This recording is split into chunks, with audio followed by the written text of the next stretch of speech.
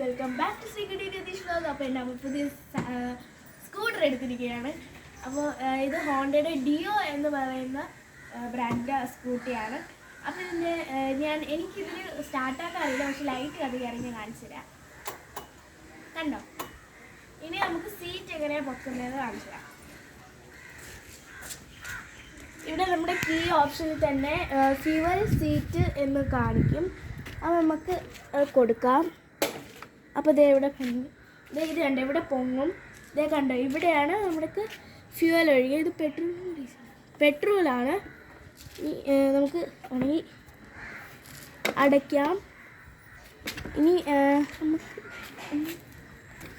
നമുക്ക് സീറ്റ് എടുക്കണമെങ്കിൽ സീറ്റ് എന്നുള്ള ബട്ടണിൽ വെക്കുക. അപ്പോൾ ഈ നൂല് എന്തിനുള്ളതെന്ന് എനിക്കറിയില്ല. എന്തിനാണ് ചില വണ്ടിയുടെ ഇവിടെ ആയിരിക്കും നമ്മുടെ ഫ്യൂവലിൻ്റെ ഓപ്ഷൻ കാണുക, പക്ഷേ ഹോണ്ട ഡിയോ എന്ന ബ്രാൻഡിൽ അങ്ങനെയില്ല. പിന്നെ അവരുടെ കുറച്ച് പേപ്പേഴ്സും നമ്മുടെ ഈ സൈഡിൽ ഫസ്റ്റ് എയ്ഡ് വരുന്നുണ്ട്. അനാവശ്യത്തിന് സാധനങ്ങളുണ്ട്. പിന്നെ നമ്മുടെ ഹെൽമെറ്റ് വെക്കാനുള്ള സ്പേസും വേറെ സാധനങ്ങൾ വെക്കാനുള്ള സ്പേസും വരുന്നുണ്ട്. കണ്ടോ? അപ്പോൾ ഇത് നമുക്ക് ഇവിടെ വെച്ച് അടയ്ക്കാം. പിന്നെ ഇത് DLX ആണ്. പിന്നെ ഇതെന്ന് പറയുന്നത് നമുക്ക് ഇത് നമ്മൾ എക്സ്ട്രാ ഫിറ്റിങ്സ് ചെയ്തതാണ്. വണ്ടിയുടെ പ്രൊട്ടക്ഷന് വേണ്ടിയിട്ടാണ് ഈ ഒരു കമ്പി ഇവിടെ ഫ്രണ്ടിലും ചെയ്തിട്ടുണ്ട്. പിന്നെയെന്ന് പറയുന്നത് ഇതിൽ ഇവിടെ നമുക്ക് കവറൊക്കെ തൂക്കിയിടാൻ പറ്റുന്ന ഒരു സ്പേസ് ഉണ്ട്. ഇവിടെ താഴെയുണ്ട് ഗൈസ്, കണ്ടോ? താഴെയുണ്ട്. പിന്നെ ഇവിടെ ഒരു പോക്കറ്റ് കണക്കുണ്ട്. ഇവിടെ വലിയൊരു സ്പേസ് വരുന്നുണ്ട്. നമുക്ക് സാധനങ്ങളൊക്കെ ഇട്ട് വെച്ചിട്ടുണ്ട്. പിന്നെ ഇവിടെ ഒരു ചെറിയ സ്പേസ് വരുന്നുണ്ട്.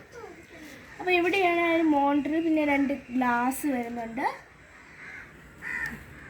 അപ്പോൾ ഗൈസ്, പിന്നെ ഇതിൽ നമുക്ക് ഈ മോണിറ്റർ എല്ലാം അറിയാക്കും. നമുക്ക് ടൈം കാണിച്ചു തരാം നിങ്ങൾക്ക്. ഇവിടെ ടൈം ഇപ്പോൾ 6:36 ആണ്, PM ആണ്. പിന്നെ ഇവിടെ ഇപ്പോൾ ടോട്ടൽ 9 കിലോമീറ്റർ ഓടിയിട്ടുണ്ട്. ഫ്യൂവൽ ടാങ്ക് എത്രയെന്നറിയാം. ഇനി നമുക്കിവിടെ ഒരു ബട്ടൺ വരുന്നുണ്ട്. അപ്പോൾ ഗൈസ്, ഇതിലെന്താണ് ഈ ബട്ടണിൽ കുറേ ഓപ്ഷൻസ് ഉണ്ട്. നമ്മൾ നോക്കി കഴിഞ്ഞാൽ ഈ ടോട്ടലിൽ പല പല കാര്യങ്ങൾ വരും. ഇനി ഈ ഫ്യൂവൽ വെച്ച് ഇനി എത്ര കിലോമീറ്റർ ഓടാന്ന് വരെ ഇതിൽ അറിയാക്കും. പിന്നെ എന്ന് പറയുന്നത് നമുക്ക് വണ്ടി സ്റ്റാൻഡ് ഇട്ട് വെച്ചിട്ടുണ്ടെങ്കിൽ ഇവിടെ അറിയാക്കും.